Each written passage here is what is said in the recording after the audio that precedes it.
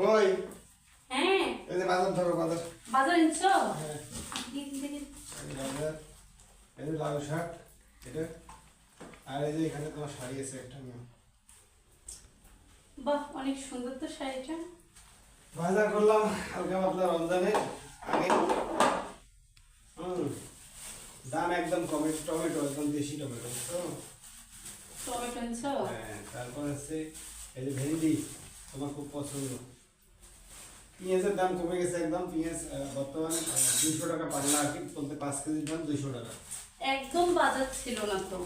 হ্যাঁ মোটামুটি রসুনের দাম কমেনি রসুনের দাম ভালোই আছে তাই যে বসো ধর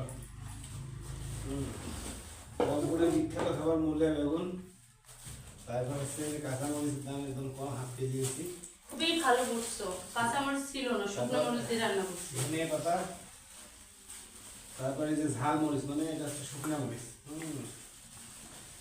এটা তো লাগেই সব সময়। মরিচ ছিল না তুমি কিভাবে জানো? হ্যাঁ জানি তারপরে এটা হচ্ছে শুটকি এই যে মুগা বেগুন আর শুটকি এটা হচ্ছে খালাতো ভাই মামাতো ভাই আর নানি বেড়া ভাই ও তারপরে যে আলু এটা হচ্ছে শিল আলু নিছি অল্প করে 1 কেজি আমার প্রিয় আলু।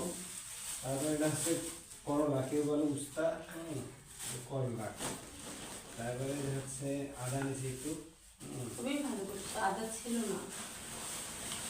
তারপরে এই যে বিখ্যাত খাবার আছে আলু এটা হচ্ছে কাটিনা ওটা আরেকটা আলু। আরো একটা আলু আছে এটা হচ্ছে এই যে ভাজি করার জন্য একটু করলে যে ভাজিগুলো এটা সেই মজা লাগে। হ্যাঁ বাজার করলে এই যে ব্যাগ ফ্রি সবসময় যে ওখান থেকে বাজার করো, মানে রংপুরের মানুষ তো সবসময় একটু দিয়েই যাবে।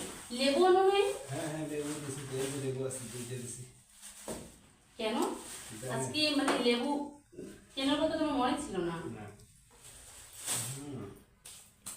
আর লাউ শাক কি করে দিবি তোমার? আল্লাহ শাক ঝোল করলে হবে এখন এটা এখানে থাকবে সব ময়লা কিছুই ছিল না দেখছো বাজার।